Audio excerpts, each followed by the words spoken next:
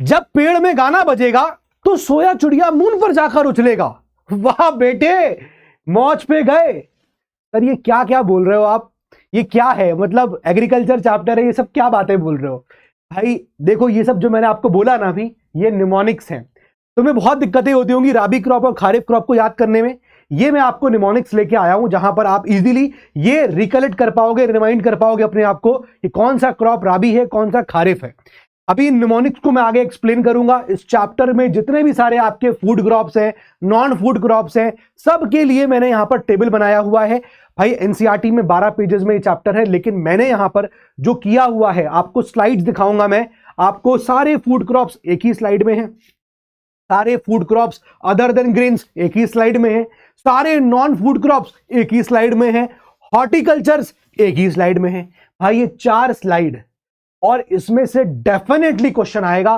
पूरा hand written notes है भाई, इसको निकाल के रख लियो, कहीं फ्रेम करा लियो, जिंदगी भर याद रखोगे मुझे इन निमोनिक्स के लिए। चलो स्टार्ट करते हैं। अब देखो चैप्टर की शुरुआत करने से पहले भाई तुमने ये टेलीग्राम चैनल पे मुझे अगर नहीं जोड़े हो तो जुड़ जाओ।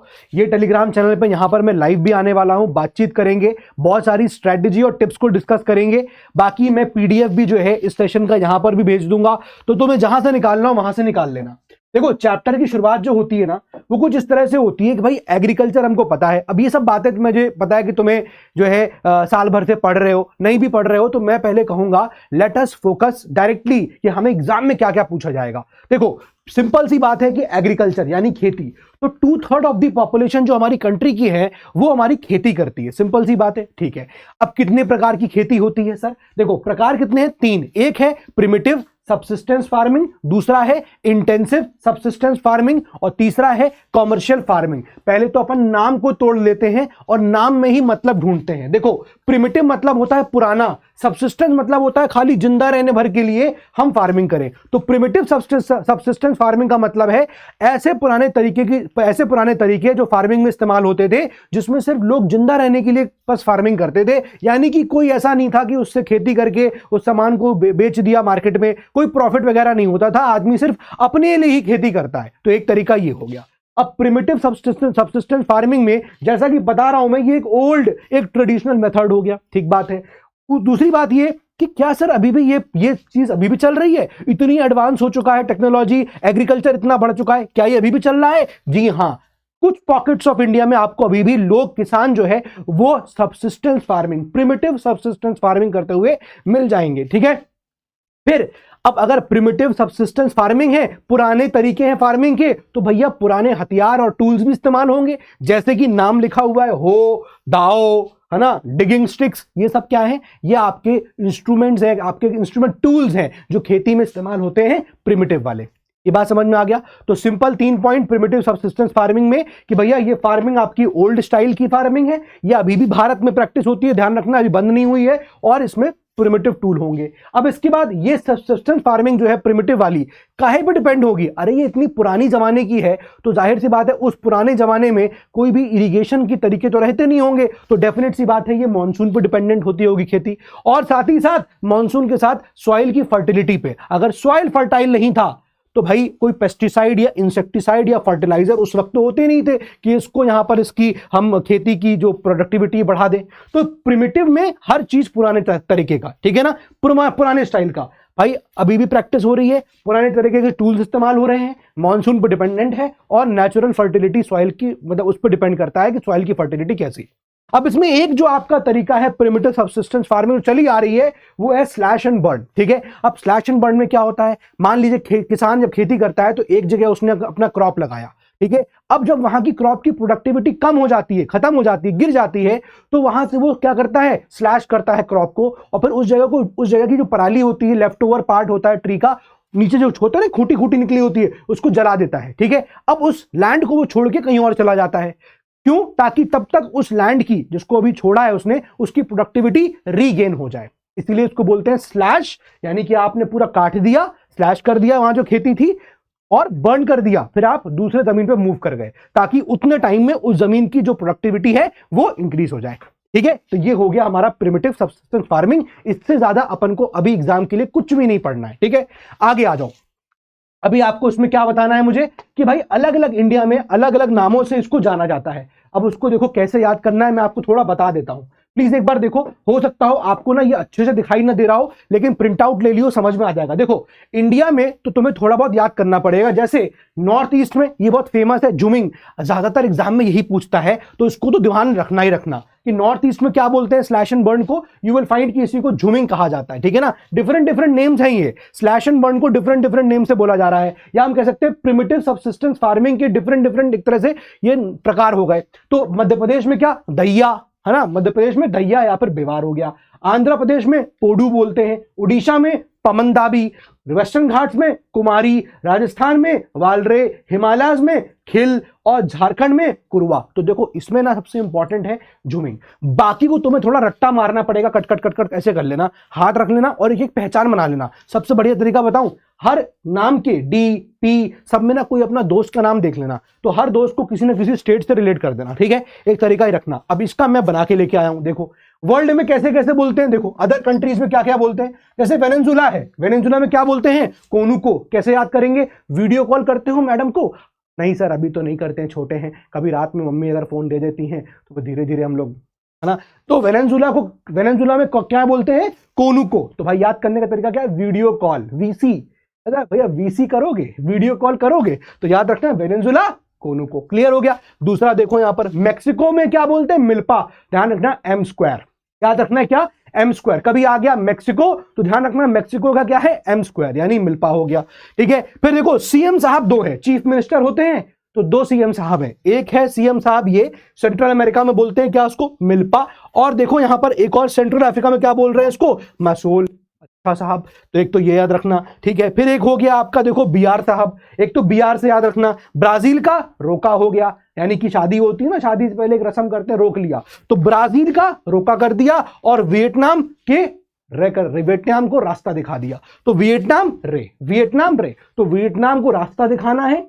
क्यों दिखाओगे रास्ता, क्योंकि ब्राजील से हमने शादी करने के लिए इसको रोक लिया। तो ये कहानी याद रहेगी कि ब्राजील को शादी करने से रोका तो वियतनाम ने अपना रास्ता नाप लिया। बात समझ में आ रहा है, वे ब्राजील को शादी करने से रोका तो वियतनाम ने अपना रास्ता नाप लिया। ये याद करने का स्ट्रेटेजी, ठीक है। और याद भाई वियतनाम ने अपना रास्ता नाप लिया तो मतलब अपना पत्ता क्लियर हो गया। अपना पत्ता क्लियर है तो हम क्या करेंगे, वीडियो कॉल, वेनेजुला कोनू को। और जब ये सब होगा तो पापा भी घर में है, दो चीफ मिनिस्टर, पापा भी चीफ मिनिस्टर, मम्मी भी चीफ मिनिस्टर, तो अपने पास दो सीएम है, एक सेंट्रल अमेरिका मिल्पा, एक सेंट्रल अफ्रीका मसूल। याद कर लेना, घर में दो सीएम होंगे, ठीक है। और इसके बाद इंडोनेशिया में क्या करेंगे हम लोग, जाके लव करेंगे, तो इंडोनेशिया लदांग, ठीक है, याद रहेगा।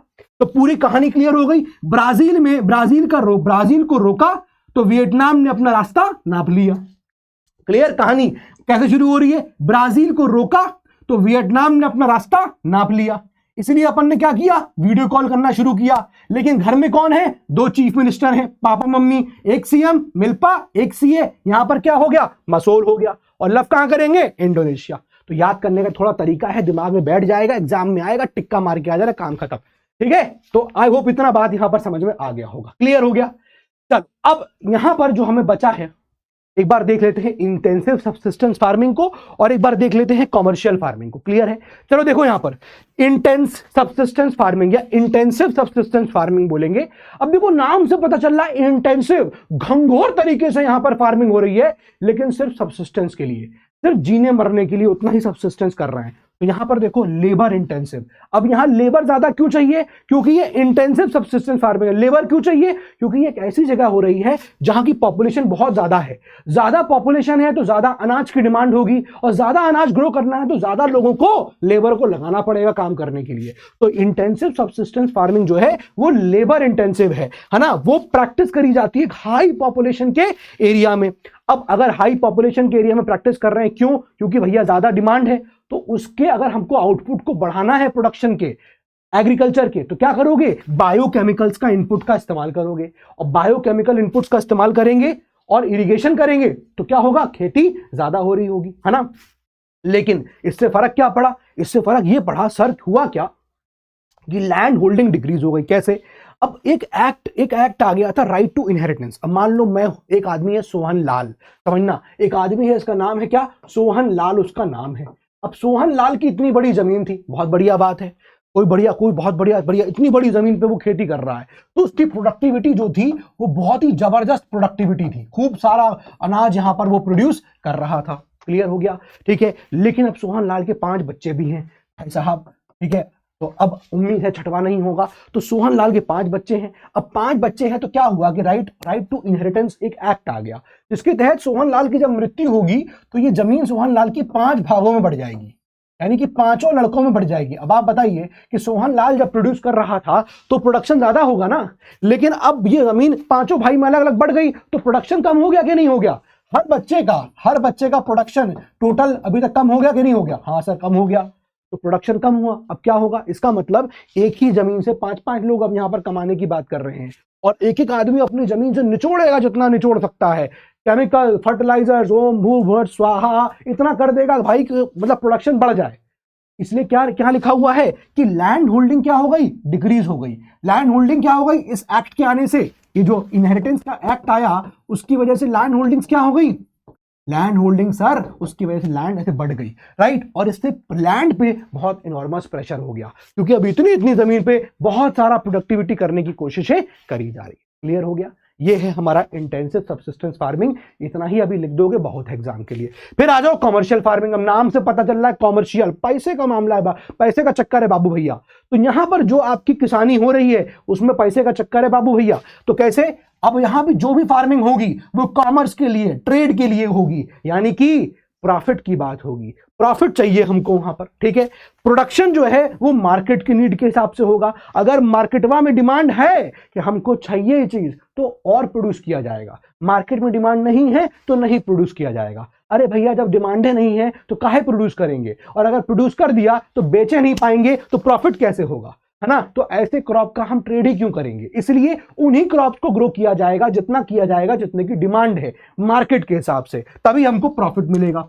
और प्रॉफिट कब होगा? जब हम सरप्लस प्रोडक्शन करेंगे, यानी कि ये नहीं पता चला 1 किलो खाली चावल उगा लिया। अरे भैया, मार्केट में बेचना है तो 1 क्विंटल 50 क्विंटल उगाना पड़ेगा, समझ रहे हो ना। तो सरप्लस प्रोडक्शन हुआ। अब सरप्लस प्रोडक्शन कैसे कर पाओगे? जब आप केमिकल्स का इस्तेमाल करोगे, फर्टिलाइजर डालोगे, इंसेक्टिसाइड, कीड़े मकोड़े की दवा डालोगे, कोई कीड़े मकोड़े ना खा जाए फसल को हमारी। HYV यानी कि हाई यील्डिंग वैरायटी सीड्स, ऐसे सीड्स जो बहुत हाई यील्ड दें, ज्यादा उत्पाद कर, मतलब ज्यादा खेती हो जाए, ज्यादा फसल आए, तो वैसे सीड्स का हम इस्तेमाल करेंगे, ठीक है।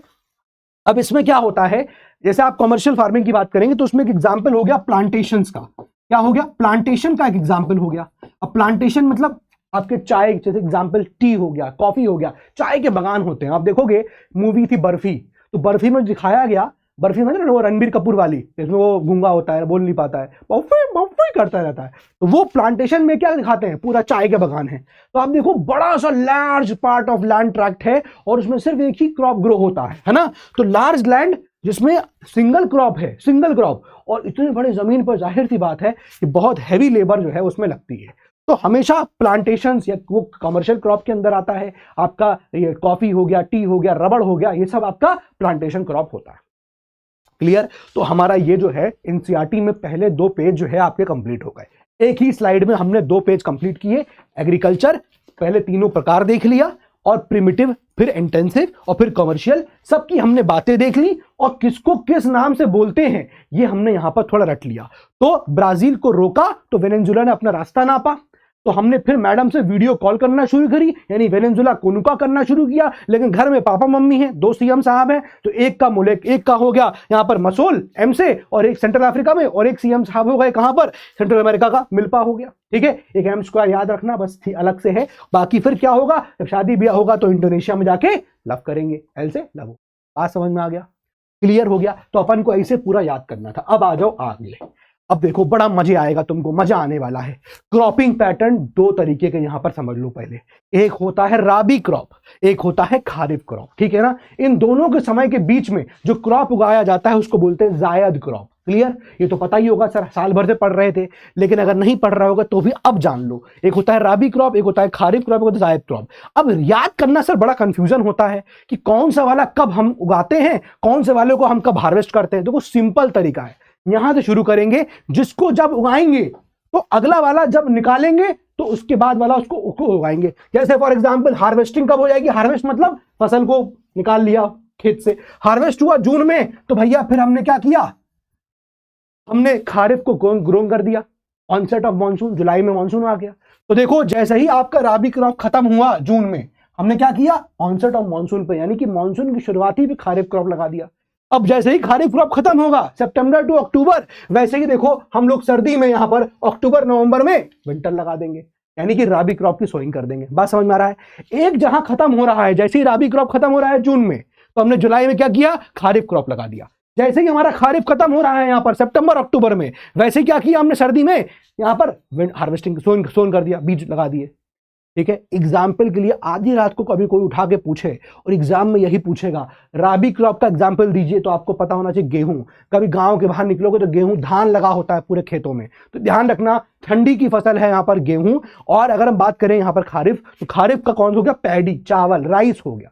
क्लियर? अब आता है जायद क्रॉप। ये ऐसा क्रॉप है जिसको पानी की कम रिक्वायरमेंट है, गर्मियों में खाते हो, कहते भैया खाओ क्या, खरबूजा, तरबूजा, है ना, कुकम्बर यानी खीरा, ककड़ी, ये सारे क्या हैं आपके, ये सारे जायद क्रॉप है। ठीक है ना, ये दोनों के फसल के बीच में आते हैं यहाँ पर। ठीक है, तो ये थोड़ा ध्यान रखना है यहाँ पर, जायद क्रॉप, ये है क्रॉपिंग पैटर्न। बात समझ में आ गया? इससे ज्यादा और कुछ नहीं समझना है इसमें। क्लियर हो गया? अब कैसे याद करेंगे सर, कैसे याद करें कौन सा राबी क्रॉप है कौन सा खारिफ है? ये भाई देख मैं तुम्हारे लिए लेके आया हूं राबी क्रॉप। वहां बेटे मौज पे गए, वहां बेटे मौज पे गए मतलब वहां से वीट, बेटे से बार्ले, मौज से मस्टर्ड, पी से पीस और गए से ग्राम। तो अगर कभी पूछ लिया कि भैया ये कौन सा फसल है, तो जितना लिखा हूं ना उसी में से आएगा, इससे बाहर नहीं आएगा, परेशान मत होना। वहां बेटे मौज पे गए, यही है तरीका आपका राबी क्रॉप को याद करने का। क्लियर? और अगर खारिफ क्रॉप याद करना है तो क्या निमोनिक्स है, जब पेड़ में गाना बजेगा तो सोया चिड़िया मून पर जाकर उछलेगा। समझ रहे हो कि नहीं समझ रहे हो? कैसे हो गया सर? देखो तो खारिफ क्रॉप, जब पेड़ में गाना बजेगा तो सोया चिड़िया मून पे साइलेंट है जाकर उछलेगा। अब चलो आओ जरा एक बार इसका क्रॉप देख लेते हैं। जब से हो गया ज्वार, पेड़ से हो गया पैडी यानी कि चावल, अभी खारिफ देखे थे ना, ये देखो यहां पर खारिफ देखे थे, हाँ सर खारिफ देखे, पैडी हो गया, राइस हो गया। ठीक है, तो पेड़ से क्या हो गया, पैडी, और वीट देखे थे राबी, देखो वहां से क्या हो गया, वीट, है कि नहीं? तो जब से ज्वार, पेड़ से पैडी, में से मेज, गाना से ग्राउंडनट, बजे से बाजरा, बीएजे, बीएजे बजेगा बाजरा, गाना ग्राउंडनट, में मेज, पेड़ पैडी, जब ज्वार, तो से तुर, सोया से सोयाबीन, चिड़िया से कॉटन, मून से इसी मून के आगे जी लगा देना, मूंग, पे साइलेंट है, जाकर से जूट और उछलेगा से उड़द। ये ऐसे याद कर लेना बेटा।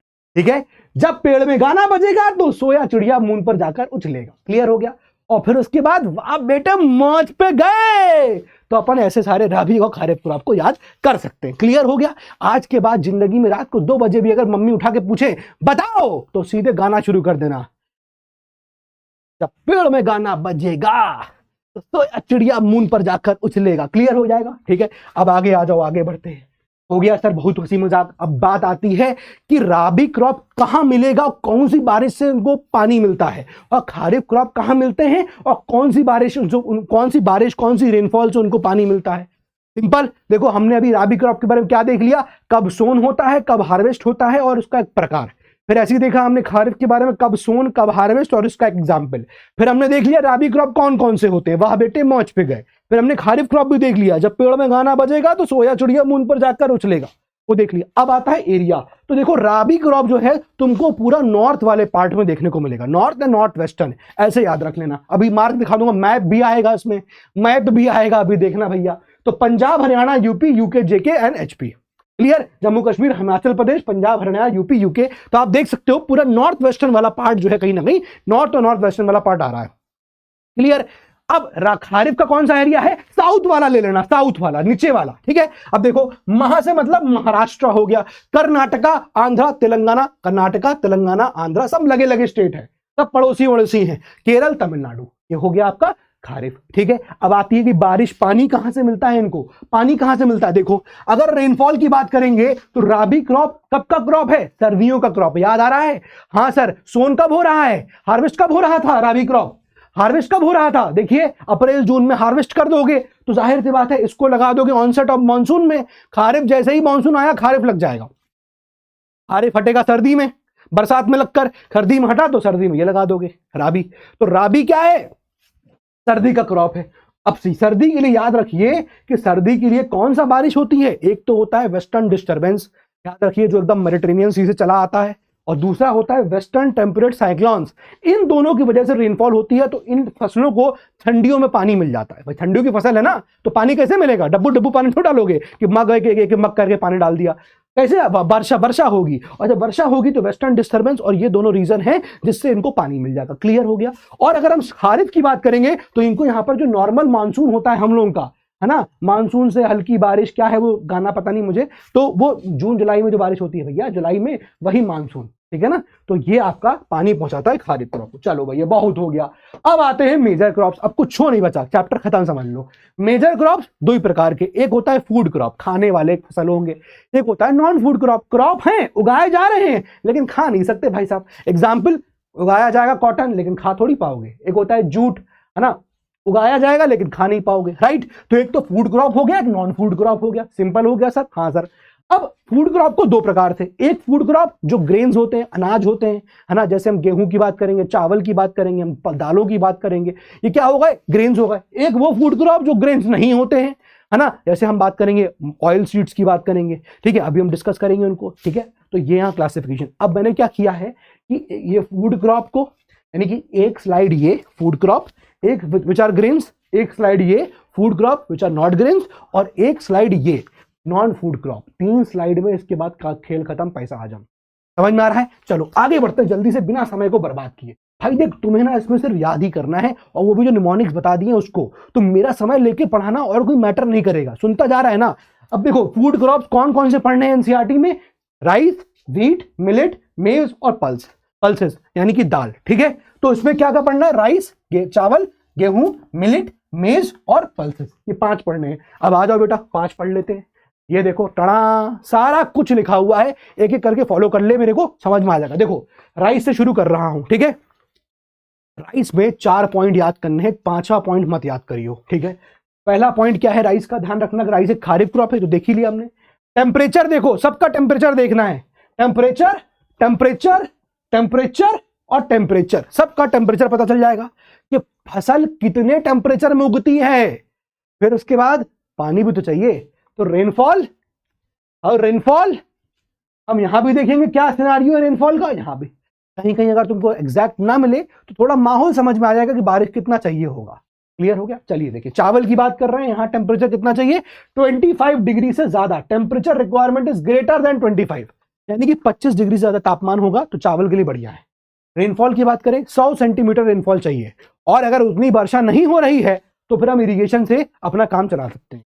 कौन कौन सा एरिया है जहां पर आपको चावल मिलेगा? ये हो गया northern plains, north eastern area, Punjab, Haryana, ये सारा एरिया। थोड़ा रटना पड़ेगा उसको, इसलिए बना दिया कि ये इसका कॉपी निकाल के फ्लो चार्ट का, इस पूरे टेबल का, और अपने कमरे में बड़ा सा कहीं लगा लो, या अपने हाथ से बना के कहीं चिपका लो, और जब सोते उठते बैठते जब उसको देखते रहो। मैं तो कह रहा हूं सबसे बढ़िया तरीका है इसकी 5 कॉपी निकालना, एक बाथरूम में चिपका देना, एक किचन में चिपका देना, एक अपने बेडरूम में चिपका देना।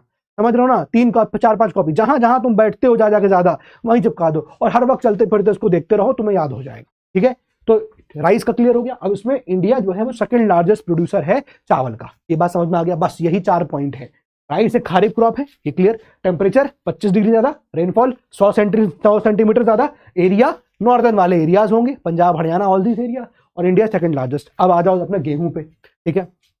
अब गेहूं पे आ जाओ, व्हीट की बात करते हैं हम लोग। व्हीट क्या है आपका? राबी क्रॉप हो गया, ठीक है। टेम्परेचर कैसा चाहिए इसको? अब व्हीट कौन सा क्रॉप है? व्हीट कौन सा क्रॉप है? अरे व्हीट है भैया हमारा राबी क्रॉप, और राबी क्रॉप का वो सोया जाता है, सोन होता है, सर्दियों में होता है। तो इसको क्या चाहिए? टेम्परेचर कूलर, ठंडा टेम्परेचर चाहिए। राइपनिंग की वक्त भाई जाहिर सी बात है, अगर तुम कोई फसल लगा रहे हो ठंडी के वक्त, नवंबर, अक्टूबर, नवंबर में, तो फिर फरवरी, मार्च, अप्रैल तक आते आते निकालोगे, तो राइपनिंग के वक्त आपको ब्राइट सनशाइन चाहिए। इसलिए कहते हैं कि जाती हुई सर्दी, अब फरवरी मार्च आता है तो बारिश नहीं होनी चाहिए ज्यादा, वरना फसल खराब हो जाती है। इसलिए क्योंकि इस वक्त गेहूं को चाहिए होता है ब्राइट सनशाइन। तो ये ध्यान रखना। रेनफॉल चाहिए 50 से 75 सेंटीमीटर। एरिया आपके सामने ये लिखा है कहां कहां मिलेगा। Ganga Sutlej valley, black soil Deccan में, और यूपी, बिहार, एमपी, राजस्थान, पंजाब, हरियाणा, यहां पर। देखो आपको लगेगा अरे सर ये तो आपने बताया था kharif crop south south south की स्टेट, लेकिन स्पेसिफिक टू अलग अलग क्रॉप मिलता है, वो ऐसा नहीं है आपको खारिफ क्रॉप है लेकिन देखो नॉर्दर्न प्लेन्स में देखने को मिल रहा है, तो ये स्पेसिफिक है भाई, कंडीशन वैसी बना लेते हैं, ठीक है। तो ये परेशान मत होना, करेगा खारिफ क्रॉप तो आपने कहा था साउथ की स्टेट है, ठीक है। मेजर वो मेजर स्टेट्स हैं हम बात कर रहे हैं यहाँ पर, कहीं भी आपको मिल सकता है चावल, तो कहीं मिलेगा ना, तो उसके लिए ये कंडीशन अगर जहां मिल जाएंगी वहां चावल मिल जाएगा, ठीक है। फिर उसके बाद पहले मिलेट्स बाद में देखेंगे, पहले आ जाओ यहाँ पर मेज। मेज को टेम्परेचर क्या चाहिए 21 से 27 डिग्री चाहिए, पहला पॉइंट हो गया, ठीक है। अब बारिश की हिसाब किताब देखें तो it grows best in alluvial soil. Alluvial soil में थोड़ा सॉइल की कंडीशन बता दी उसमें, एलुवियल सॉइल जहां होगा खेती बहुत अच्छी हो जाएगी, ठीक बात है। अब ये जो मेज है ना ये फूड की तरह भी होता है, फॉडर की तरह, चारे की तरह भी इस्तेमाल किया जाता है, एक तीसरा पॉइंट याद रखना। अब खारिफ क्रॉप है ये, देखो देखो मेज हमने देखा था ना, जब पेड़ में गाना बजेगा, जब पेड़ में से क्या था मेज था, तो जब मेज क्या है खारिफ क्रॉप है, लेकिन you will see but in Bihar क्या हो रहा है, it is grown in rabi season also, लेकिन उसको राबी सीजन में ग्रो कर रहे हैं। तो ये पॉइंट याद कर लेना कि ये इस प्रकार से होता है कि थोड़े डिफरेंसेस होंगे, कहीं कहीं फ्लक्चुएशन होंगे, तो अपन को याद करके चलना है। परेशान मत हो, इतना ज्यादा आपको परेशान एग्जाम भी नहीं करेगा, ठीक है। कौन कौन सा एरिया है, अब सारे एरिया तो रख नहीं सकते, इसीलिए खारिफ क्रॉप में कहां एरिया है खारिफ क्रॉप का, साउथ स्टेट है तो साउथ हुआ तो मार के चलना आंख बंद करके।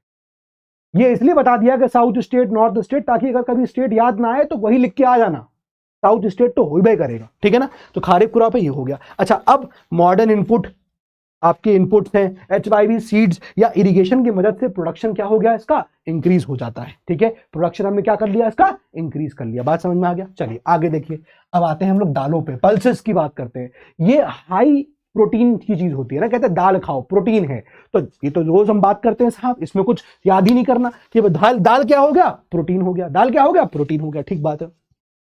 तो दालों को ध्यान रखना कि ड्राई कंडीशन में भी काम चल जाता है, यानी कि इनको ज्यादा बारिश नहीं चाहिए, ये लेस मॉइस्चर यानी कि लेस रेनफॉल के एरिया में भी बढ़िया तरीके से सर्वाइव करते हैं, और इनको ज्यादा पानी की जरूरत नहीं है कि ये पानी के ऊपर डिपेंडेंट हो, ऐसा नहीं है। तो दालें आप देखो आपको साल भर एक तरह से मिल रही है, चाहे पानी ज्यादा हो चाहे ना हो, तो dry can survive in dry condition, dry condition में सर्वाइव कर जाती है फसल, और इसको लेस मॉइस्चर चाहिए। और दूसरी बात, दालों को किसी और क्रॉप के साथ इन रोटेशन उगाया जाता है, ठीक है ना। So grown in rotation with other crops. India जो है इसका प्रोड्यूसर भी बहुत है और कंज्यूमर भी बहुत, इंडिया हाईएस्ट है इसका, ठीक है। अब एग्जांपल दालें पता है आपको, अरहर की दाल, मम्मी आज उड़द की दाल बना लेना, मम्मी आज तुर की दाल बनाना, मम्मी आज मूंग की दाल बनाना। अब तुम मुझे बताना कि आज मम्मी ने तुम्हारे घर में कौन सी दाल बनाई है, ठीक है। आगे देखिए, अब ये क्या है, ये लेग्यूमिनस क्रॉप है, सॉइल फर्टिलिटी इससे एनहांस हो जाती है। ये लेग्यूमिनस क्रॉप है, समझ लो ना, पानी मतलब ये ले लेता है फसल से, नीचे से ले लेता है, ड्राई कंडीशन में भी चल जाएगा लेग्यूमिनस क्रॉप, और ये सॉइल फर्टिलिटी क्या करता है इनहांस कर देता है, ठीक है ना। एक बात ये बात ध्यान रखिए, जस्ट अ मिनट गाइस।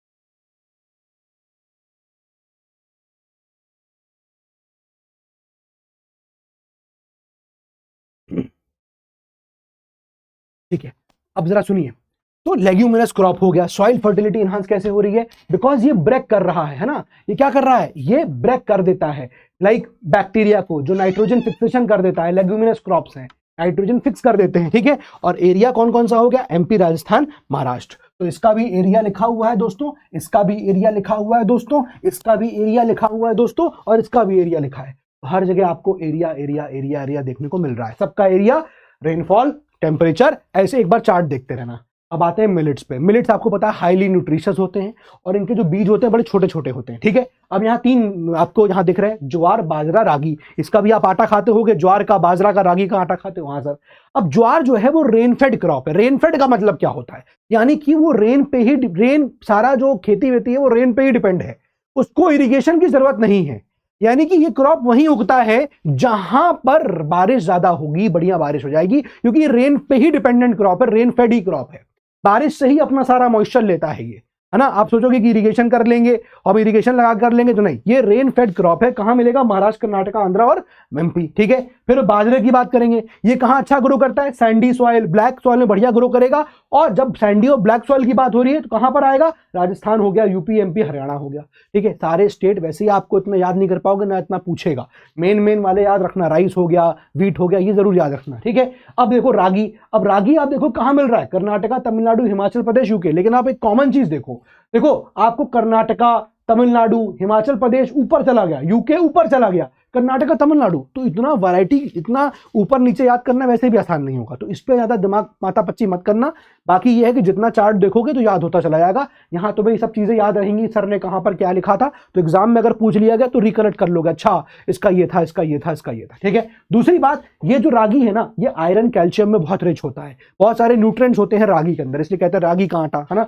फिर उसके बाद ये क्रॉप ड्राई रीजन से भी उग जाता है, ड्राई रीजन से भी क्रॉप उग सकता है, और ये वेल उगता है on red soil, black soil, sandy soil, loamy soil, इन सब पे बड़ा अच्छे तरीके से उग जाता है। बेटा ये रखना पड़ेगा, और कोई तरीका नहीं है। लेकिन फिर भी आसान कैसे हो गया कि एनसीईआरटी में यही चीज आपको 1-1.5 पन्ने में दिया गया है। अपन ने क्या कर दिया, बढ़िया है, आप पांचों का नाम लिखे और पांचों का आपने ऐसे लिख दिया तो आपको याद रहेगा, अच्छा इसका टेम्परेचर ये था, इसका टेम्परेचर ये था, है ना, ये वाला ठंडे क्लाइमेट में उग जाएगा, है ना, इसका टेम्परेचर यहाँ पर ये है, इसको ड्राई कंडीशन में चल जाएगी, तो ऐसे अपन को याद हो जाएगा, ठीक है। तो ये हो गया अपने सारे फूड क्रॉप्स हो गए।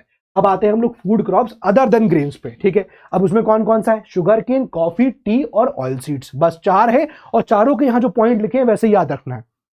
देखो अब शुगर केन, ये food crops other than grains तो नहीं है ना, ये फूड क्रॉप्स हैं बट ग्रेन्स नहीं है। तो देखो sugar cane, coffee, tea, oil seed, अब कैसे याद करना है, देखो 1 2 3 4 5 6 7, अब यहां 5-6 पॉइंट्स है जो आपको शुगर केन में याद रखने। पहला, ये एक ट्रॉपिकल और सब ट्रॉपिकल क्रॉप है, टेम्परेचर कितना चाहिए उसको, 21 से 27 डिग्री टेम्परेचर चाहिए, कितना, 21 से 27 डिग्री, याद करना पड़ेगा। मेज जितना बराबर हो गया। रेनफॉल कितनी चाहिए, 75 से 100 सेंटीमीटर की रेनफॉल चाहिए, ये आपको फैक्ट याद रखने पड़ेंगे, ठीक है। अब अगर कहीं इतनी बारिश नहीं है तो क्या करेंगे, इरिगेशन कर लेंगे, क्लियर हो गया। अगर इतनी बारिश नहीं मिल रही है तो क्या करेंगे, शुगर केन के लिए इरिगेशन कर सकते हैं। Requires manual labour from sowing to harvesting, और इसमें शुगर केन में लेबर जो होती है मैनुअली करनी पड़ती है।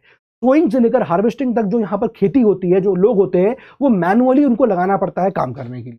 और जो मेन सोर्स है, क्या क्या इससे मिलता है आपको शुगर केन से, सिंपल बात है, इसको क्या याद करोगे, शुगर केन से क्या मिलेगा, शुगर मिलेगा, गुड़ मिलेगा, जैगरी जिसको बोलते हैं, है ना। वर्ल्ड में सबसे टॉप पे कौन प्रोड्यूस करता है, ब्राजील, सेकंड पे भारत है, इंडिया में सबसे टॉप पे कौन है, यूपी हो गया, इतना याद रखना है, ठीक है। तो आपको बेसिकली टेम्परेचर, रेनफॉल पे ज्यादा जोर देना है, और 2 ही पॉइंट है, टेम्परेचर 21 से 27, रेनफॉल 75 से 100। अब रेनफॉल इतनी नहीं है तो इरिगेशन कर लेंगे, तो पॉइंट इसी के साथ जुड़ा हो गया। अब ये लेबर इसमें काफी चाहिए, सोइंग से लेकर हार्वेस्टिंग तक क्या क्या मिलेगा, शुगर, गुड़, सिंपल सी बात है। और लार्जेस्ट प्रोड्यूसर वर्ल्ड में ब्राजील, फिर इंडिया, इंडिया के अंदर यूपी, क्लियर हो गया। आ जाओ कॉफी पे। अब कॉफी कहां मिलेगी, ध्यान रखना, कॉफी का लार्जेस्ट प्रोड्यूसर स्टेट कर्नाटका। अब देखो आप क्या करते हो, आप जाओगे अपनी मैडम के साथ, कहां जाओगे, डेट पे जाओगे, कहां जाओगे, डेट पे जाओगे, ठीक बात है। अब मैडम को कहोगे चलो डेट पे चलते हैं, कॉफी पीने चलते हैं, तो मैडम पहले क्या करेगी, मैडम करेगी थोड़ा नाटक कि नहीं नहीं आप नहीं जाएंगे, हम नहीं जाएंगे, नाटक करेगी, कोई देख लेगा कैसे जाएंगे, तो मैडम क्या करेगी, नाटक। आप कहां जाओगे, डेट पे, क्या पीने, कॉफी। तो कॉफी कहां मिलेगी, कर्नाटक, कर्नाटक, यानी कि जहां मैडम जाने को नाटक कर रही है ना, तो मैडम जब कर्नाटक कर रही है तो काहे के लिए कर्नाटक कर रही है, नाटक क्यों कर रही है मैडम, ये कॉफी की डेट पे नहीं जाएंगे। तो ध्यान रखना, कॉफी कहां मिल रही है, कर्नाटका, है ना, कर्नाटक, कर्नाटक। आप बोल रहे हो चलो चले कॉफी पीने, मैडम कर रही है नाटक, तो मैडम कर्नाटक कर रही है, काहे के लिए, कॉफी डेट पे ना जाए। तो याद रखा। तो इंडिया में जो कॉफी है ना वो वर्ल्ड नोन है, वर्ल्ड वाइड सब जानते हैं, इतनी बढ़िया कॉफी है। अराबिका वैरायटी की है जो यमन से आती थी initially, arabica variety initially Yemen से आते, तो अब तो इंडिया में आप देखोगे खूब प्रोडक्शन हो रहा है। इनिशियली कल्टीवेशन जो था वो आपको बाबा बुदान हिल्स के अराउंड मिलेगा, और अभी भी देखोगे आप कि कॉफी का cultivation Nilgiri hills of Karnataka, Kerala, Tamil Nadu, इन सब जगह ही देखने को मिलने वाला है। क्लियर हो गया बात, ठीक है। तो यहां पर लीडिंग स्टेट कौन सा हो गया इंडिया कॉफी का, आपका कौन हो गया, कर्नाटक। शुगर केन की बात करेंगे तो कौन हो गया, यूपी, याद रखना क्योंकि मार्क करना है, ठीक है ना, ये मार्क करना है। अब टी की बात करेंगे, कहां की चाय अच्छी है, हर काम मतलब कुछ भी करना हो पहले चाय पी लेते हैं, है ना, कुछ काम करना शुरू करते हैं पहले चाय पी लेते हैं, है ना, थक गए, अरे बहुत थक गए, चलो चाय पी लेते हैं, दिमाग नहीं चल रहा, चलो चाय पी लेते हैं, कहीं जा रहे हैं लंबे ट्रिप पे, गाड़ी रोक के ढाबे पे चाय पी लेते हैं, है ना। फिर उसका यार पहले क्या करते हैं, काम करते हैं, बारिश बहुत हो रही है, चाय पी लेते हैं, और फिर यार बहुत गर्मी लग रही है, चाय पी लेते हैं, ठंडी बहुत हो रही है, चाय पी लेते हैं, हर चीज में चाय पी लेते हैं। तो चाय जो है ना ये किसकी है देन, ये हमारी है नहीं, ये अंग्रेज लेके आए थे, ये चुल्हे जो अंग्रेज छोड़ गए हमारे पास। एक प्लांटेशन क्रॉप है ना, बताया चाय के बगान, बर्फी मूवी में बर्फी बर्फी करता रहता था, तो बर्फी मूवी में ये जो चाय दिखाया गया ना चाय के बगान, तो प्लांटेशन क्रॉप है ये, है ना, commercial crop farming, beverage crop है, बेवरेज है, और इसको ब्रिटिशर्स ने इंट्रोड्यूस किया हमारे लिए, और हमको ये आदत छोड़ के चले गए। क्लाइमेट कैसा चाहिए इसको, ट्रॉपिकल और सब ट्रॉपिकल क्लाइमेट वाले एरिया में बढ़िया, यानी कि जो ट्रॉपिकल और सब ट्रॉपिकल बेल्ट्स होती हैं इक्वेटर के 23 डिग्री तक, 23 डिग्री तक, वहां 23.5 डिग्री नॉर्थ तो 23.5 डिग्री साउथ, इसके बीच में आपको चाय बहुत बढ़िया उगती हुई मिलेगी। ठीक है, इसको चाहिए फ्रॉस्ट फ्री क्लाइमेट, ध्यान रखना फ्रॉस्ट फ्री क्लाइमेट चाहिए इसको। लेबर इंटेंसिव है, बहुत सारी लोग चाहिए होते हैं क्योंकि आपको पत्ती एक एक करके प्लग करनी होती है, तो आपको एक एक पत्ती प्लग करनी है, तो लेबर इंटेंसिव है। ऐसी एक एक पत्ती प्लग करनी है तो क्या इसमें क्या तुम लाखों के लेबर, एक लेबर को लाख रुपए थोड़ी दे पाओगे। आपको लेबर भी सस्ता चाहिए और स्किल्ड भी चाहिए, पत्ती भी तोड़ना आ रही हो और स्किल्ड भी हो वो आदमी और चीप भी हो, मतलब सस्ते दाम में आ जाए। तो एक तो ये ध्यान रखना इंपॉर्टेंट है, इसलिए रेड में लिखा है मैंने इसको, लेबर इंटेंसिव ये क्रॉप है, और दूसरा स्किल्ड एंड चीप लेबर चाहिए इसको। ठीक है, एरिया कहाँ, असम याद रखो, क्योंकि असम तो आपको यहाँ पर टी असम की याद करनी है, बाकी तो वेस्ट बंगाल की दार्जिलिंग टी हो गई है ना, जलपाईगुड़ी की चाय हो गई है ना, तमिलनाडु, केरला, मेघालय, आंध्र, त्रिपुरा, बहुत सारे नाम होंगे, लेकिन आपको मेजर याद जो करना है वो हो गया असम का। क्लियर हो गया। चलिए आगे आते हैं, ऑयल सीड्स की बात करते हैं। अब ऑयल सीड्स बहुत सारा काम क्या होता है ऑयल सीड्स का, खाने में कुकिंग में इस्तेमाल करते हैं। कभी सरसों का तेल हो गया है ना, रिफाइंड खाते हैं, कच्चा तेल, कच्चा घानी, ये सब यूज करते हैं। क्या है ये ऑयल सीड्स हैं। अब खाली कुकिंग में इस्तेमाल नहीं होता है, इसके अलावा आपको और जगह, जैसे फॉर एग्जाम्पल जो क्रीम लगाते हैं ना आप लोग, लड़के खासतौर से लड़कियों से अपने मैडमों से मिलने से पहले उस क्रीम के अंदर ही बेटा तुम्हारे कॉस्मेटिक्स के अंदर भी ये सोप से पहले साबुन देते हैं। कुछ होते हैं लड़के कोई क्रीम नहीं है, साबुन से मुंह धोया, बोलो कुछ तो साबुन से भी नहीं धोएंगे, ऐसे पानी वानी मारा और तैयार, लड़का तैयार। तो बेटा जो सोप तुम लोग इग्नोर कर देते हो, या तो कॉस्मेटिक्स या थी ऑइंटमेंट, कभी चोट लग गई है ना, कभी कहीं चोट लग गई, अब दिल के घाव पे चोट लग गई तो वहां ऑइंटमेंट नहीं लग सकता, लेकिन बाकी कहीं चोट लग गई तो ऑइंटमेंट लगाओगे, मैडम से मिलने सोप मुंह धोगे साबुन से, कॉस्मेटिक्स लोगे, तो इन सब में भी ऑयल सीड्स होता है। भारत में कौन कौन से ऑयल सीड्स हैं मिलते हैं, जैसे for example groundnut, linseed, sesame, mustard, castor seed, coconut, soybean, sunflower, ये सब आपको मिलेंगे। ठीक है, अब जैसे सबके अलग अलग, ग्राउंडनट, जी से ग्राउंडनट, जी से गुजरात, याद रखना, जी से ग्राउंडनट, जी से गुजरात। कहां मिल रहा है ग्राउंडनट, गुजरात में मिल रहा है। और क्या है, खारिफ क्रॉप, याद करो, जब पेड़ में गाना बजेगा, जब पेड़ में गाना बजेगा तो गाना और ग्राउंडनट हो गया। ठीक है, लिनसीड, मस्टर्ड राबी क्रॉप हो गया, सीसम खारिफ क्रॉप हो गया नॉर्थ में, और वही सीसम देखो साउथ में राबी क्रॉप की तरह होता है। Castor seed growth as both, castor seed को भी हम राबी और खारिफ क्रॉप की तरह ग्रो करते हैं। कोकोनट, सोयाबीन, सनफ्लावर, ये और भी प्रकार के ऑयल सीड्स हैं। तो बेटा ये हो गया आपका सारा ऑयल सीड। ध्यान रखना इसमें टी में 2018 के डेटा के हिसाब से इंडिया सेकेंड लार्जेस्ट प्रोड्यूसर था आफ्टर चाइना, चाय का टी का सेकेंड लार्जेस्ट प्रोड्यूसर था इंडिया। बेटा ये हो गया आपका सारा food crops other than grains. अब क्या बचता है सर, अब बचता है एक तो हॉर्टिकल्चर, यानी कि ये हॉर्टिकल्चर मतलब फ्रूट्स और वेजिटेबल्स की बात हो रही है। अब सारा टेबल बना दिया है, इसको ऐसे रट्टा मारना है। देखो क्या करना है, मैंगो कहाँ मिलता है, यूपी में लखनऊ का मलिहाबाद का मैंगो बड़ा फेमस है, सबसे पहले यहाँ पर यूपी देखो लिखा हुआ है, आगे तो फिर आंध्रा, तेलंगाना सब जगह मिलेगा आपको। संतरे आपको सिर्फ नागपुर के फेमस होने चाहिए, तो आपको मैंगो में यूपी, ऑरेंज में नागपुर, ये दोनों याद होना चाहिए। अब लीची गुआवा आपको हमारा यूपी बिहार का हो गया है ना, एकदम यूपी बिहार। ग्रेप्स कहां मिलेगा, अंगूर आपको Maharashtra, Andhra, Telangana, south.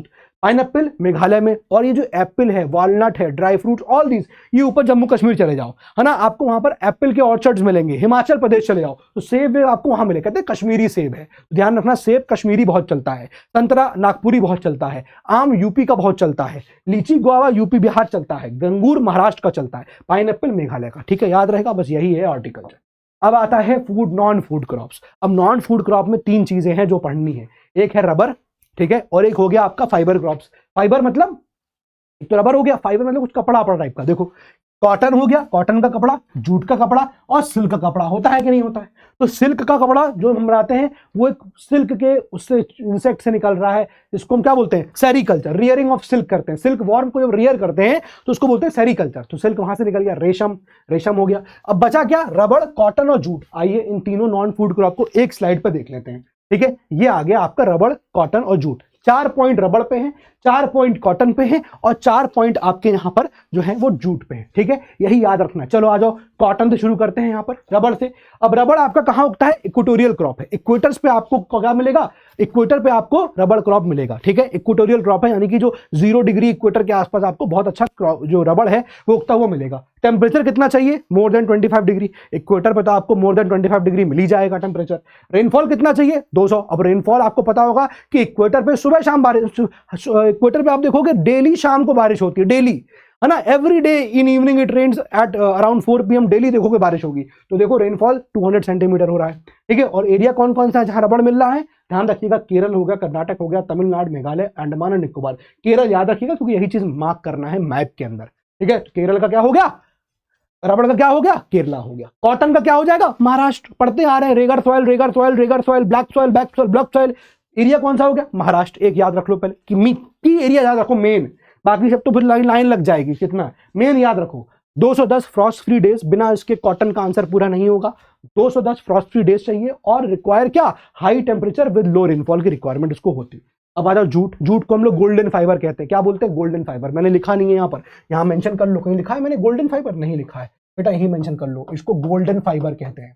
It is called as golden fibre. Why, क्योंकि गोल्ड रंग का, पीले पीले रंग का आपको देखने को मिलता है जूट, ठीक है। अब देखो, जब ग्रोथ का टाइम होता है, eight the time of growth, है ना, हाई टेम्परेचर की रिक्वायरमेंट होती है। जब ग्रो कर रहा होता है तब गर्म चाहिए, हाई टेम्परेचर चाहिए, ठीक है। अब याद करिए क्या है, खारिफ क्रॉप है ना, खारिफ क्रॉप है। तो खारिफ क्रॉप कब लगाओगे आप, ऑनसेट ऑफ मानसून। ग्रो कर रहे हैं तो क्या है, आपको ग्रोथ पे हाई टेम्परेचर चाहिए।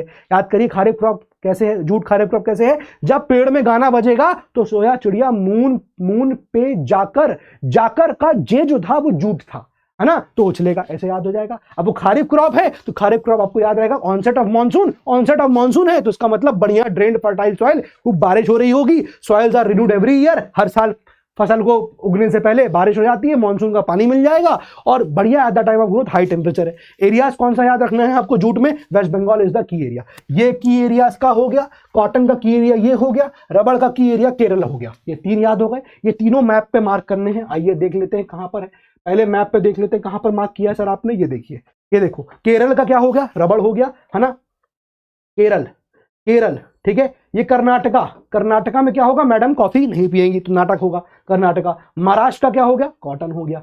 वेस्ट बंगाल का क्या हो गया, वेस्ट बंगाल का जूट हो गया। असम का क्या हो गया, असम की चाय हो गई। और यूपी का क्या हो गया, शुगर केन। ये आपको मार्क करने को आएगा मैप में, एक तो पक्का आएगा। तो बेटा ये मार्क कर लो, यहीं पर देखो ये वाले अपन ने खत्म कर दिया। अब आता है कि भाई major areas of rice and wheat की बात कर लेते हैं कि राइस एंड व्हीट आपको कहां मिल रहा है। अब देखिए राइस एंड व्हीट, देखो ये वाला आपका राइस का हो गया। तो मैंने कहा कि राइस क्या है, एक खारिफ क्रॉप है। सारा जितना आप देखोगे इसको ऐसे मार्क कर दो, ये देखो इसके साइड जितने स्टेट दिख रहे हैं वो आपको मेजर एरिया है। अब ऐसा नहीं है कि आपको सर आपने तो यहां मार्क करवाया था एक जगह, तो भैया माइनर एरिया है ना, खेती तो वहां भी हो सकती है, ऐसा नहीं खेती वहां नहीं होगी। लेकिन मेजर स्टेट्स आपको खारिफ के कहां मिलेंगे, चावल कहां मिल रहे हैं, नीचे मिल रहे हैं। देखो ये वाला एक लाइन ऐसे याद रखना, ये सारा एरिया जो आप दिख रहा है आपको खारिफ का है। ऐसी हम बात, ये मार्क करने को आ सकता है, आइडेंटिफाई करो ये एरिया किसका है। तो याद रखना ये आपका चावल का हो गया।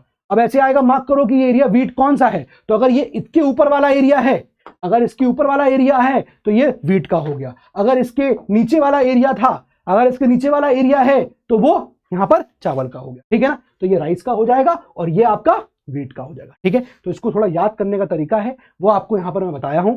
होपफुली आपको इतनी बात समझ में आ गई होगी, क्लियर है, ठीक है। तो हमने मैप वर्क भी कर लिया, मैप पे यही दो चीज पूछेगा, अपन ने मार्क कर लिया है। चलिए अब आगे आते हैं। तो हमारा यहां पर जो है हमने ये भी कंप्लीट कर लिया, नॉन फूड क्रॉप भी खत्म हो गया। अब आता है last portion, that is technological and institutional reform. अब इसमें क्या है, 2 मिनट का सुन लो। सिंपल सी बात ये है कि भाई बहुत सारा हमने कोशिश करी कि हम कैसे अपना क्रॉप प्रोडक्टिविटी बढ़ाएं, कैसे हम चीज़ों को अपने यहाँ पर एग्रीकल्चर को प्रोड्यूस करें। तो सरकार ने बहुत कोशिशें करी, सस्टेनेबल यूज़ किया लैंड का, लेकिन फिर भी एग्रीकल्चर स्टैग्नेंट रहा, बहुत नहीं बढ़ा, है ना। तो वही लिखा है कि सस्टेन्ड यूजेज ऑफ लैंड, हमने लैंड का सस्टेन्ड यूज़ किया विदाउट कंपैटिबल टेक्निक, मतलब बिना कोई टेक्निक को इस्तेमाल किए, बिना कोई टेक्नोलॉजी, बिना कोई इंस्टीट्यूशनल चेंजेस के हम बस लैंड का सस्टेनेबल यूज कर रहे हैं। तो जाहिर सी बात है अगर एक ही तरह से काम करते जा रहे हो तो कोई ग्रोथ होगी नहीं, है ना, जब तक आप टेक्नोलॉजी का इस्तेमाल नहीं करोगे। अरे आप शर्ट बना रहे हो, शर्ट तो बना ही भी लोगे, लेकिन अगर मशीन लगा दोगे तो एक दिन में 50 शर्ट बना लोगे। हाथ से करोगे तो बोलो 50 दिन में एक शर्ट बना पाओ, राइट। तो हम लैंड का यूज कर रहे हैं सस्टेनेबली, बढ़िया, लेकिन अगर हम टेक्नोलॉजी का इस्तेमाल नहीं करेंगे, कुछ इंस्टीट्यूशनल रिफॉर्म्स नहीं करेंगे तो स्टैग्नेंट ग्रोथ रहेगी, है ना। एग्रीकल्चर ग्रोथ जो है वो हिंडर्ड रहेगी, पेस उसका तेज नहीं होगा। तो in spite of development of sources, हमने बड़े यहाँ पर इरिगेशन के बहुत बढ़िया सोर्सेज बना लिए, पूरे हमने देश में इरिगेशन बढ़िया से हो रहा है, बट फिर भी एग्रीकल्चर ग्रो नहीं हो रहा है ना, फॉर अ ग्रोइंग पॉपुलेशन। अब एग्रीकल्चर ग्रो क्यों कराना है आपको, है गलत बात है, क्यों ग्रो करा रहे हो। अरे भैया पॉपुलेशन ग्रो कर रही है तो उनकी डिमांड कैसे फुलफिल करोगे, ज्यादा प्रोड्यूस करके। लेकिन आप नेचुरल तरीके से कर रहे हो, नॉर्मल तरीके से कर रहे हो, तो डिमांड फुलफिल हो ही नहीं रही है। तो इसलिए आपको कुछ यहाँ पर टेक्नोलॉजी लानी पड़ेगी। तो क्या लेके आते हैं यहाँ पर हम लोग, एच ग्रीन, वो आपका जो है ना, वो क्या चलेगा आपका ग्रीन रेवोल्यूशन आएगा, व्हाइट रेवोल्यूशन आएगा, है ना, मिल्क का प्रोडक्शन बढ़ गया, ग्रीन रेवोल्यूशन, आपका खेती बाड़ी खूब बढ़ गई, उससे क्या हुआ, डिमांड फुलफिल हो पा रही है, क्योंकि ग्रीन रेवोल्यूशन से हाई यील्डिंग वैरायटी के सीड इस्तेमाल किए गए थे, HYV सीड्स, टेक्नोलॉजिकली एक तरह से बनाए गए सीड्स, जिसकी वजह से क्या हुआ, हाई यील्ड हुआ, सबकी डिमांड फुलफिल हो पाई। तो ये टेक्नोलॉजिकल रिफॉर्म्स हो गए, है ना, टेक्नोलॉजिकल रिफॉर्म हो गए, व्हाइट रेवोल्यूशन हुआ, मिल्क खूब प्रोड्यूस हुआ। अब आता है ऐसे कुछ इंस्टीट्यूशनल रिफॉर्म्स की बात करते हैं, तो क्या किया सरकार ने, 5 ईयर प्लान लेके आ गए, लैंड रिफॉर्म्स किया। पहला चीज तो क्या है, लैंड रिफॉर्म। लैंड रिफॉर्म में क्या, फर्स्ट 5 ईयर प्लान में आप देखोगे तो लैंड रिफॉर्म से फोकस किया गया था, ठीक है, एक तो ये चीज हो गया। कलेक्टिवाइजेशन, अब लैंड इतर बितर थी, छोटे छोटे पार्ट्स में लैंड बटी हुई थी, लोगों के पास छोटे छोटे हिस्से थे, है ना, अब उससे क्या, इतना प्रोडक्शन हो नहीं रहा है किसी का भी, भाई सबके पास एक एक इतने थैलियों में लैंड पड़ी हुई है। अब इतनी थैलियों में अगर लैंड है सबके पास, छोटी छोटी मतलब इतनी कम लैंड थी कि थैलियों में आ जाए, तो ऐसे में प्रोडक्शन क्या ही करोगे आप। तो इसलिए सरकार ने कहा कि लैंड को हमको मिलाना पड़ेगा, कलेक्टिवाइजेशन करना पड़ेगा।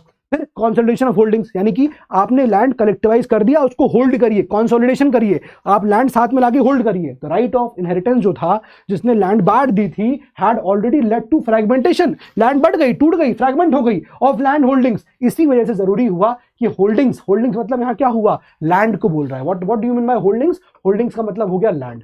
तो हमें ये कंसोलिडेशन करना है लैंड का, ठीक है, एक तो ये चीज हो गया clear. Cooperation and abolition of zamindari, अब जमींदारी था अभी तक, यानी कि जमींदार थे, जमीन हमारी है, हम उसके मालिक हैं, जमींदार हैं, हम उस पर यहाँ पर लोगों को काम करवाते हैं, जमींदारी करवा, हम जमींदार हैं उसके और लोग हमारे अंडर काम कर रहे हैं। तो इस सब चीजों को भी सरकार ने क्या किया, अबॉलिश कर दिया। तो यहां पर कुछ इंस्टीट्यूशनल रिफॉर्म्स गवर्नमेंट ने किए, जैसे लैंड रिफॉर्म्स। लैंड रिफॉर्म्स में क्या क्या किया उन्होंने, लैंड रिफॉर्म्स में क्या क्या किया, पहला पॉइंट, लैंड रिफॉर्म्स में कलेक्टिवाइजेशन किया। दूसरा पॉइंट, लैंड रिफॉर्म्स में कंसोलिडेशन ऑफ लैंड होल्डिंग्स करी। तीसरा पॉइंट, लैंड रिफॉर्म्स में अबॉलिशन ऑफ जमींदारी। तो ये ध्यान रखना, इंस्टीट्यूशनल रिफॉर्म से पहला चीज जो गवर्नमेंट ने किया वो क्या था, लैंड रिफॉर्म्स था। क्लियर हो गया। लैंड रिफॉर्म्स में भाई, लैंड रिफॉर्म क्या है, एक इंस्टीट्यूशनल रिफॉर्म है, उसमें 3 पॉइंट याद रखना, कलेक्टिवाइजेशन, कंसोलिडेशन और अबॉलिशन ऑफ जमींदारी। क्लियर हो जाएगा, ये 3 पॉइंट्स क्लियर हो गए। चलिए आगे आ जाइए नेक्स्ट।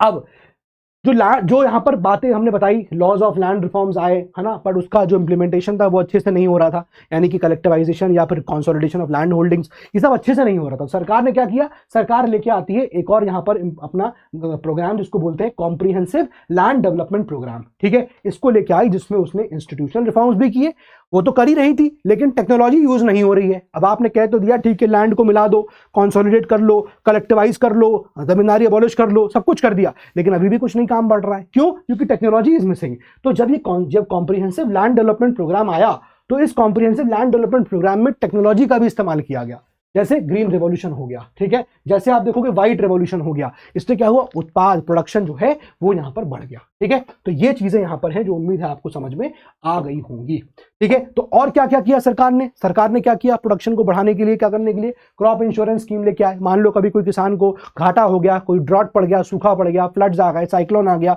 कोई आग लग गई, डिजीज फैल गई, किसानों को घाटा ना हो, इसलिए क्रॉप का इंश्योरेंस सरकार स्कीम लेके आई, है ना। फिर ग्रामीण बैंक स्टैब्लिश किए, ताकि जो किसान लोग हैं वो उससे लोन ले सकें, ठीक है। किसानों को यहाँ पर किसान क्रेडिट कार्ड दिया, यानी किसानों को यहाँ कार्ड दिया है जिसमें उनको लोन मिल सकता है ना, तो वो एक तरह का कार्ड हो गया। जैसे आपको ATM कार्ड होता है ना, जैसे लोगों को, बड़े बड़े लोगों को, मतलब अमीर अमीर लोगों को क्रेडिट कार्ड बनवाते हैं वो लोग, क्रेडिट कार्ड, तो वैसे किसान क्रेडिट कार्ड है। मतलब आपको पैसा जो है उस कार्ड में अपलोड कर दिया जाएगा, आपको रिचार्ज कर दिया जाएगा आपका कार्ड, और किसान उसको इस्तेमाल कर सकता है, फिर उसको रिपे भी करना होगा, लेकिन ये किसान क्रेडिट कार्ड होता है, इसको बोलते हैं। क्लियर हो गया। तो ये चीज हो गया यहाँ पर, ठीक है। इसके अलावा पर्सनल एक्सीडेंट इंश्योरेंस स्कीम, अब मान लीजिए किसान को कुछ हो जाता है पर्सनली, उसकी डेथ हो गई, तो उसका भी इंश्योरेंस हो, ताकि उसकी फैमिली वालों पे इफेक्ट ना आए। एक तो ये हो गया, ठीक है। वेदर बुलेटिन्स, किसानों को पता चल जाए कैसे समाचार है ना, तो भाई मुंबई में क्या हालात है, और चेन्नई में क्या हालात है, दिल्ली में क्या हालात है, कलकत्ता में क्या हालात है, सबके यहाँ पर वेदर बुलेटिन्स मिलते रहे उसको, भाई कैसा मौसम है, कैसा नहीं है। ये सब फार्मर्स के लिए शुरू किया गया, और सरकार ने यहाँ पर मिनिमम सपोर्ट प्राइस शुरू किया। ये भी आपका क्या हो गया, ये भी एक तरह का आपका क्या हो गया, ये भी आपका एक टेक्नोलॉजी, एक आपका इंस्टीट्यूशनल रिफॉर्म है कि सरकार यहां पर मिनिमम सपोर्ट प्राइस बताने लगी। ध्यान रखना, मिनिमम सपोर्ट प्राइस हमेशा फसल के पहले ही बता दिया जाता है, ताकि किसान को पता रहे कि ठीक है भैया, इस फसल को उगाएंगे तो हमको इतना पैसा मिलेगा। तो मिनिमम सपोर्ट प्राइस जो है, सरकार कहती है कि इतना सपोर्ट तो हम आपको देंगे, कि आपकी फसल को हम इतने पैसे में खरीद लेंगे, आपको उससे ज्यादा पैसा कहीं मिल रहा हो तो आप वहां बेच देना। ये बात जो है यहां पर बोली। क्लियर है। अब एक लास्ट चीज बचता है, दैट इज भूदान मूवमेंट। देखो समझ लो, गांधी जी यहां पर उन्होंने क्या बोला कि भाई विनोबा भावे उनके स्पिरिचुअल एयर हो गए। अब गांधी जी का थॉट प्रोसेस क्या था? गांधी जी का थॉट प्रोसेस है ग्राम स्वराज्य, यानी कि जो विलेजेस हैं उनको क्या मिलना चाहिए? स्वराज होना चाहिए, सेल्फ रूल होना चाहिए। अब इस चीज को मैसेज, गांधी जी की डेथ हो गई तो इस चीज की मैसेज को स्प्रेड करने के लिए विनोबा भावे जो है वो पद यात्रा पे निकलते हैं और गांधी जी के मैसेज को स्प्रेड करते हैं। ठीक है, यहां पर आप देखिए एक गांव है पोचमपल्ली आंध्रा में, जहां पर ये श्री रामचंद्र रेड्डी जो होते हैं वो अपनी 80 एकड़ की लैंड ग्रांट कर देते हैं। इसी के लिए बोलते हैं इसको भूदान, भूमि को दान कर दिया। ठीक है, लैंड ग्रांट कर दिया, इसीलिए इसको भूदान मूवमेंट कहते हैं ना। और ये ब्लड लेस मूवमेंट था, इसमें कोई मूवमेंट, कोई खून खराबा नहीं हुआ। तो ये आपका श्री रामचंद्र रेड्डी जी ने यहाँ पर किया था। और ये लैंडलेस जो विलेजेस थे उनकी डिमांड थी कि लैंड मिले, और यहाँ श्री रामचंद्र रेड्डी ने अपनी लैंड ग्रांट कर दी थी। ये पूरा यहाँ पर आपका एक मूवमेंट है, भूदान मूवमेंट इसको कहते हैं। This is the entire chapter दोस्तों, यही है। और उम्मीद है आपको ये पूरा चैप्टर अच्छे समझ में आ गया होगा। सारे निमोनिक्स को याद करना, बता देना कौन सा बेस्ट तुमको निमोनिक लगा और क्या तुमको ये चैप्टर आसान हुआ कि नहीं हुआ। ठीक है, so that's all for today from my side. पढ़ाई करते रहिए, मेहनत करते रहिए। जय हिंद एंड जय भारत।